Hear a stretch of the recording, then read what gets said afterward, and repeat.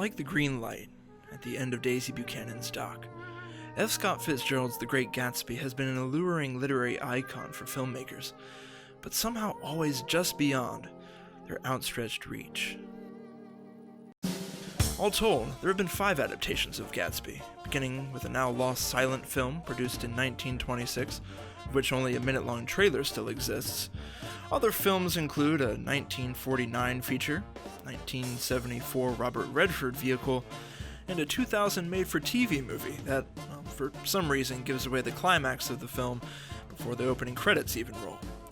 The best-known adaptation today, however, is undoubtedly Baz Luhrmann's 2013 production. The film, as any adaptation of a classic novel might, polarized critics upon its release. Most critiques boil down to the film's visual and auditory bluster, using opulent effects and contemporary popular music to convey the raucous atmosphere of the 1920s to a modern audience. This, however, is not the fundamental flaw of the film. It isn't even with Leonardo DiCaprio's Great Gatsby, as one might be tempted to think. The error actually lies with Nick Carraway, from whose perspective the entire story is told. What we get in this version of The Great Gatsby is a sanitized and uncomplicated version of Nick that ultimately waters down the most important message the story is trying to communicate. To fully understand this problem, it's important to go to the source material and recognize that F. Scott Fitzgerald is not the author of The Great Gatsby. Nick is. It's easy to get caught up reading Gatsby as a novel simply narrated in first person, and while on a foundational level this is true, it isn't the whole picture. See, Fitzgerald employs the literary technique of using an implied author, which is to say that The Great Gatsby should really be read as Nick Carraway's memoir. Luhrmann acknowledges this reality with varying degrees of effort and success. Included in the film are several sequences in which stylized text, mostly drawn directly from the novel, floats on the screen, accompanying Nick's voiceover narration. A bolder creative choice is bookending the film, with scenes of Nick starting and finishing the act of writing the novel. But while Luhrmann's film acknowledges Nick as the author, its approach to this fact is ultimately more about style than substance, more about paying homage to Fitzgerald's masterful use of the English language and exploring the implications of Nick's implied authorship. See, as an author, Nick is responsible for making authorial choices that go beyond simple narration. Choices such as what events to recount and which to forget, what details to include and which to omit, and perhaps most importantly, how to portray himself and others to his readers. There's no doubt in the novel that Nick wants to present himself in the most positive and sympathetic way possible. This is true from the opening sentence of the book. Nick writes, "In my younger and more vulnerable years, my father gave me some advice that I've been turning over in my mind ever since." This line is chock full of carefully chosen language intended to evoke pathos and sentimentality. This goal is only reinforced by the content of his father's advice, to be humble and hesitant to criticize others. Nick seems to have taken this advice to heart as he declares himself, quote, "inclined to reserve all judgments." For many readers, and this seems to be true for Luhrmann and the producers of The Great Gatsby, this opening passage forms the foundational persona of Nick Carraway. He's a Midwestern good old boy who always tries to see the best in people. Don't buy it? Just hear this from Tobey Maguire. We talked about Nick being a kind of grounding presence and the audiences in, and being the kind of relatable character who is, you know, a very decent kind of Midwestern guy with you know, good morals. Speaking of Maguire, his casting is pretty telling in and of itself.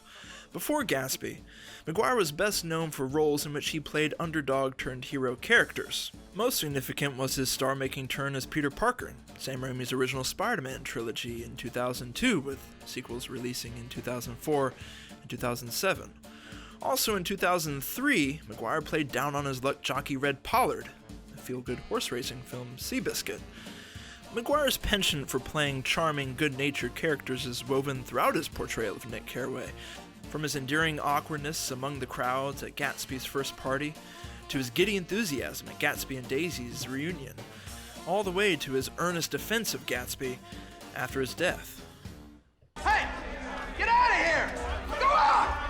Get the hell out of here! But this interpretation of Nick is a far cry from what a close reading of the novel reveals. Let's return to Nick's opening pledge to reserve all judgments. Within the next few pages, Nick undercuts this promise with the very first character the reader is introduced to, Tom Buchanan. Nick minces no words, writing, "Now he was a sturdy, straw-haired man of 30 with a rather hard mouth and a supercilious manner. Two shining, arrogant eyes had established dominance over his face and gave him the appearance of always leaning aggressively forward." And Nick's not done yet. He says, "His speaking voice, a gruff, husky tenor, added to the impression of fractiousness he conveyed. There was a touch of paternal contempt in it, even toward people he liked, and there were men at New Haven who had hated his guts." Now, Tom certainly confirms all of these despicable qualities through his own words and actions. In fact, he does so almost entirely within the first 2 chapters, especially when he says things like this.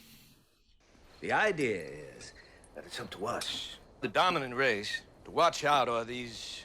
other races, will have control of things. And does things like this. But Tom's awfulness is besides the point. Nick gives this description of Tom before we see him do anything or hear a single word out of his mouth. Nick has told us what to think about Tom. End of story. Watching the film, the judgment and vitriol that's so apparent in the book is nowhere to be found. Instead, it's replaced with this. Boaz! Shakespeare! Tom! Oh!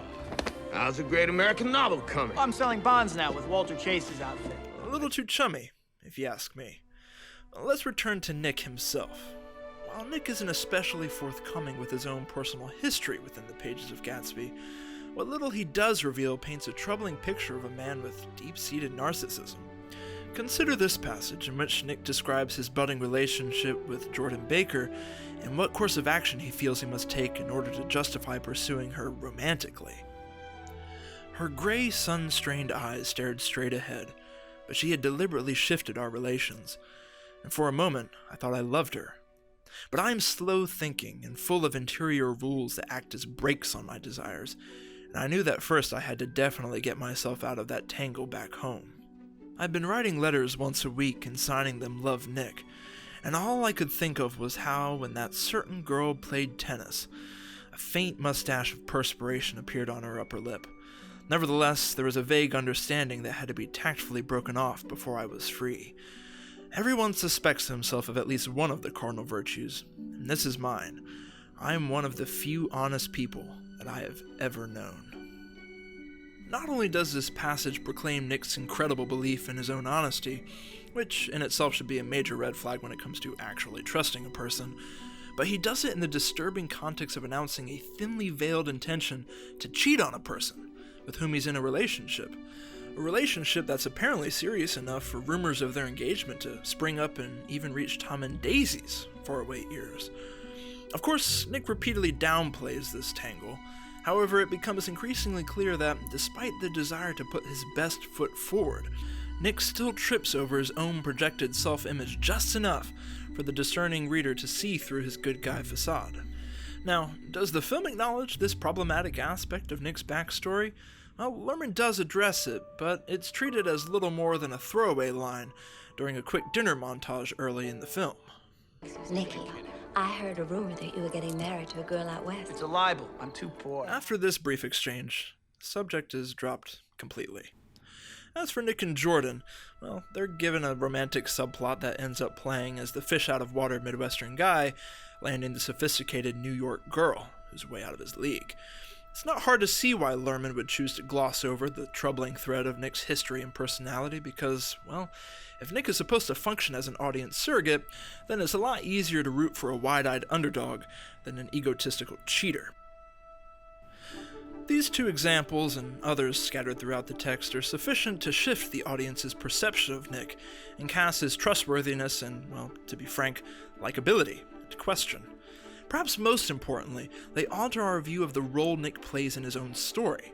In the novel, it's Nick's MO to keep himself at arm's length from the action and consequences. that take place around him. The desired effect is for The Great Gatsby to be an account of things that happen to Nick, rather than things that happen because of him. Nick wants to be understood as a simple observer, so that when he tells his readers about the terrible things that happen, he can be seen as a victim. However, this perspective doesn't consistently hold up.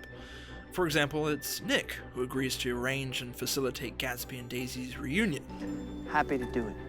then runs interference to keep their relationship a secret from Tom. You see my wife? No.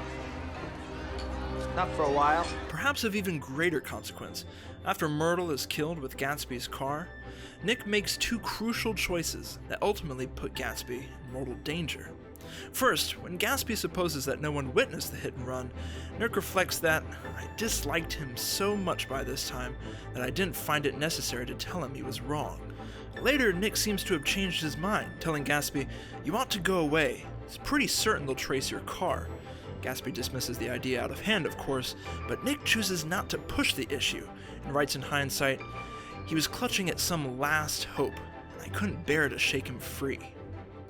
Through his confessed inaction, Nick can reasonably be held at least partially responsible for Gatsby's eventual death. The film, however, largely embraces the Nick as victim narrative, reinforcing the notion of Nick as an unbiased and reliable narrator who finds himself victimized by difficult and even shocking situations, but never by his own fault. Luhrmann uses a framing device not present in the book to drive this point home for the viewer. In it, Nick Carraway has been committed into a sanitarium with a laundry list of conditions, including alcoholism, insomnia, anger, anxiety, depression, all caused, it's suggested, by the psychological and emotional trauma he suffered while living in New York. As the audience, we're compelled to sympathize with him right from the beginning. In this scenario, Nick is definitely a victim. As a means of coping with his past trauma, the doctor assigned to Nick's case encourages him to write about his experiences. Thus, the act of writing The Great Gatsby is primarily conveyed as a cathartic experience for Nick, moving him towards renewed well-being. Ironically, this framing device actually plants the seed of Nick's unreliability that's rooted so deeply in Fitzgerald's novel. Could such a psychologically troubled author's account of events even be trustworthy? Well, probably not. There are other nods towards Nick's unreliability in the film, too. The handwritten text that appears during Tom's party features a hasty edit regarding Nick's history with drunkenness, and several crucial scenes after Tom's party show Nick either drinking or with a glass in hand, so maybe his memory of these events isn't as clear as he would like us to believe. It's both sad and safe to say that all these instances hinting at Nick's unreliability are just coincidence. They represent a fleeting and empty shadow of what a complete and faithful adaptation of the character could have been. However, if such a film were to be made, it begs the question, would an audience get on board with an adaptation of The Great Gatsby in which Nick Carraway is portrayed as a bad person, surrounded by even worse people? Well, maybe not. But either way, not only would such an adaptation be closer to Fitzgerald's original vision, it would also present a more valuable message to viewers. We aren't better than these people. We too can be corrupted by the flickering light of filthy wealth and fame and even lust. See, if Nick is the inherently trustworthy moral compass, helping audiences to navigate the dark and dangerous waters that run through The Great Gatsby, we run the risk of making the same awful error Nick does, judging greatness, or the lack of it, in others, when who we really should be judging is ourselves.